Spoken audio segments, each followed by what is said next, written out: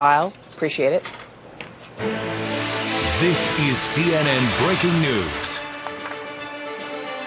We continue on. You're watching CNN. I'm Brooke Baldwin. Thank you for being with me. Here's the breaking news right now. Minnesota Congresswoman Ilhan Omar is now apologizing after House leadership and many of her fellow Democrats called on her to do precisely that. Speaker Nancy Pelosi and Steny Hoyer released this statement about her, saying that, quote, use of anti-Semitic tropes and prejudicial accusations about Israel's supporters is deeply offensive.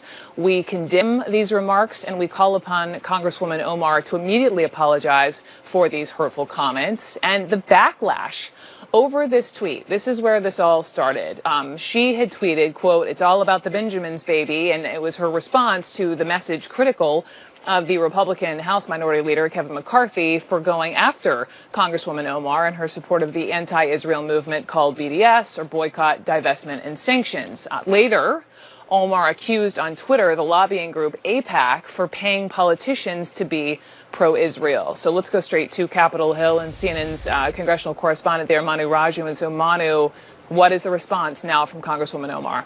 Well, she's offering an apology as criticism has been building on the left all day long, including from her Democratic leadership, and finally responding after the tweets from last night created such an uproar. She says, anti-Semitism is real, and I am grateful for Jewish allies and colleagues who are educating me on the painful history of anti-Semitic tropes. My intention is never to offend my constituents or Jewish Americans as a whole. We have to always be willing to step back and think through criticism, just as I expect people to hear from me when others attack me for my identity. This is why I unequivocally apologize. She goes on to say, at the same time, I reaffirm the problematic role of lobbyists in our politics, whether it be AIPAC, the NRA, the fossil fuel industry. She said it's gone on too long, and we must be willing to address it. So that last part referring to her final tweet from last night, referring to AIPAC, the pro-Israel lobby, in which she contended that was what her criticism was about, money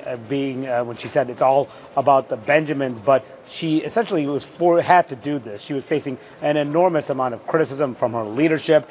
Republicans are saying she should be removed from the House Foreign Affairs Committee, of which she sits. There's no indication Democratic leaders are going to do that, but that's one area where Republicans plan to continue to push for further action against her. Of course, this comes also in light of previous statements that she has broken from some of the more traditional support of Israel here in this town. And she has said, trying to make it clear that her criticism is not about the Jewish people, but it's about the Israeli government's policies. People say that it's not clear that she is saying that, but of course, she is also a history-making congresswoman, just of her and Rashida Tlaib, the first Muslim congresswoman here to be elected to the House. And that's why she says in that statement, she talks about people attacking her for her identity, clearly a reference to that. But what she also wants to make clear, she says, I unequivocally apologize, realizing that this firestorm growing so intensely overnight, and she had to say just that to try to calm the waters here on Capitol Hill. Yep, it has been swift. Manu, thank you very much. Up on Capitol Hill for me. Let's get some reaction. Joel Payne was a senior aide for Hillary for America, and Jess McIntosh was director of communications outreach for the Hillary Clinton campaign. Great to see both of you. Welcome. Thanks. Jess, let me just start with you, just to both of you. Your reaction to, I mean, we were just reporting last hour that, Speaker Pelosi and House Democratic leadership, obviously, they were like, you need to apologize, and bang, there she goes. I think it's really important to not be glib about stereotypes that have been used to demonize, oppress, and murder minorities. I think she was glib about that. I'm glad she apologized. I think her apology was really thoughtful. And I tend to believe that she's having these tough conversations because that's the kind of work that she does regularly. Where I need to draw the line is Republicans saying that she needs to be removed from positions of leadership. The president literally looked at a group of Nazis and said they were made up of some very fine people. Until they are willing to address the violent anti-Semitism, the ADL put out a study saying every single extremist murder that happened in America in 2018 was right-wing extremism. That is spurred on by the president, and until the Republican Party is willing to address that very real threat, they have no business weighing in on this. What did you think? Well, I think also when you have 100+ new members of Congress, you're going to have people who are new with new perspectives. By the way, we want new perspectives. We want people to change up the debate. I think where the representative was wrong here, again, was feeding in the stereotypes. She is a victim of stereotypes herself, being a Muslim congresswoman. Still no excuse. So no excuse, but again, she was able to understand that. By the way, the leadership gave her a path to redemption. They actually said in their statement she had some very real points that she was bringing up about lobbyists and about things of that nature, which she talked about in her statement. So I think they bundled this up pretty nicely. Okay, stand by for me for just 1 second, because staying in Washington, Shutdown 2.0 is now just 4 days away, with the government set to close this Friday if no deal is reached. Today and tomorrow, really the key days to keeping this whole situation on track. And the reason is that the House has a 72-hour rule that requires legislation be released 3 days before it receives a floor vote. But before they can even vote, they need to make a deal. And for all of the talk about money for a wall, it turns out that a new sticking point has also emerged here: detention beds. Detention beds for detained undocumented immigrants. Democrats want to cut the number from current levels of about 40,000 beds to just under 36,000. Meantime, the White House and Republicans, they want to up that number to 52,000. CNN's Caitlin Collins is in El Paso, where this evening President Trump will be making his case to those who live on the border. And so, Caitlin, the president is leaving for Texas just in a couple of minutes, but he just huddled with key staffers. Tell me what you learned about that. Yeah, he had a meeting scheduled with some staffers to discuss not only how they want to fund this border wall the president says he is set on getting, but now we're told by sources inside the White House that the president was also going to be meeting with some officials about what their response is going to be to this latest demand from Democrats, that they want to limit the number of illegal immigrants that can be detained in the country, something that you've seen Republicans push back on. And now, as our Capitol Hill team has showed, has essentially stalled these border security talks that are happening on Capitol Hill. So the White House is trying to figure out what their response to that is going to be. You saw the president call the idea, he's saying it's brand new, calling it crazy on Twitter earlier this morning. So you can expect it to be something along that line. And you can also expect the president to bring that up when he's here for that first campaign rally of the year in El Paso tonight. Caitlin, thank you. In El Paso, and just turning back to Justin Joel, so you have the president going to El Paso, and we just had the mayor of El Paso on Friday, Republican, who's basically saying he's been very wrong on how he's been characterizing the city and our crime rate, et cetera. But the fact is, the president's going down there. It's his first big rally of the year, and you juxtapose that with this sort of opening or opportunity he's maybe inadvertently given Beto O'Rourke. This is his hometown. So he, while Trump is speaking, Trump is essentially gifting him like a megaphone and a stage and primetime cable news coverage, because the two of these guys are going to be going head to head. Who comes out on top?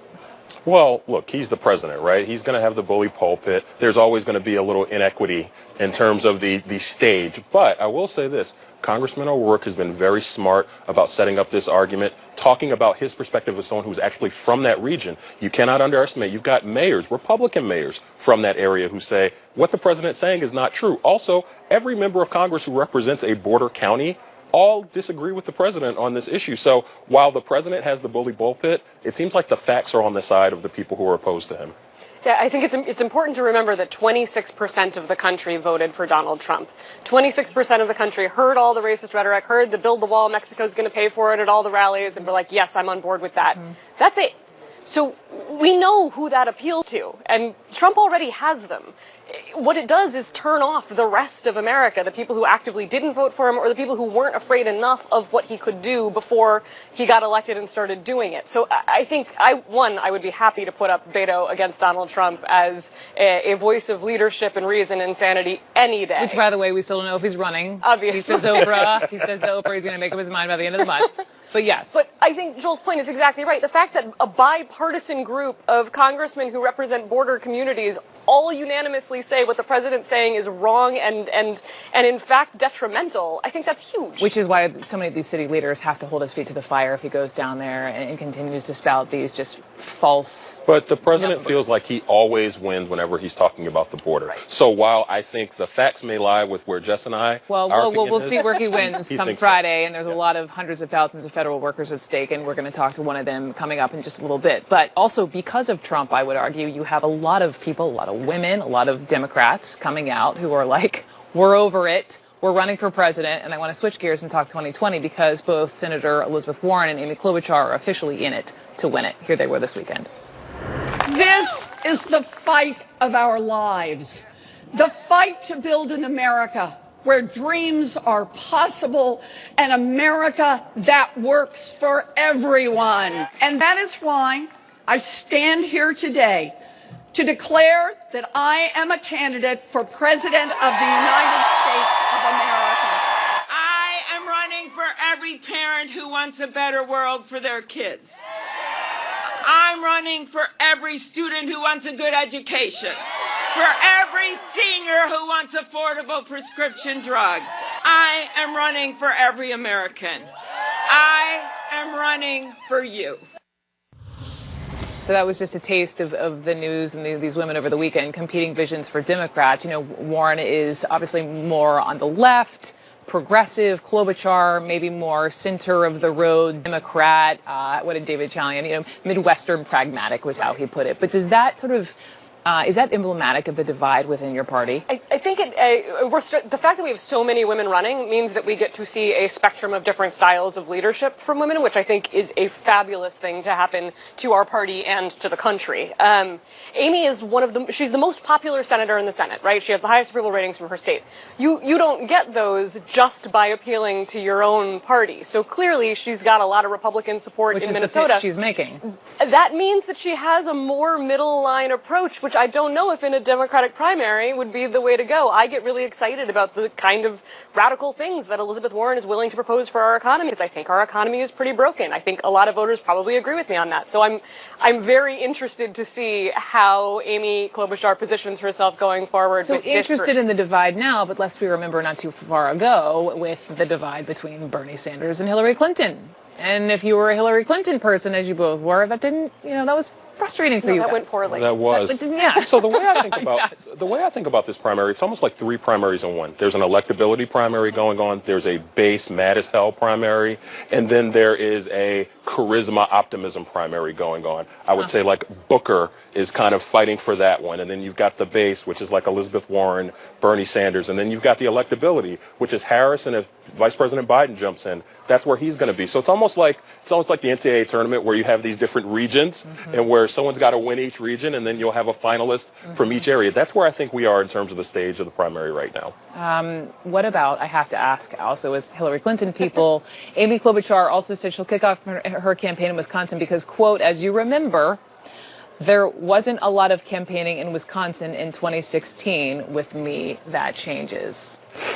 Bird. I mean, it wasn't like Hillary Clinton went to Wisconsin. After we get off the air, we're going to go have drinks about this. that seems fine. She was criticized. Look what happened to Wisconsin, which Trump won. How are you feeling about that? She devotes the same amount of attention to voter disenfranchisement in Wisconsin, which we all know cost well more than the thousands of votes that were the margin of error.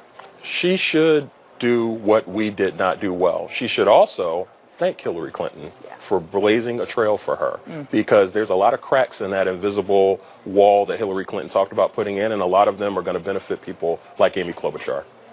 Jess and Joel, y'all, thank you very much.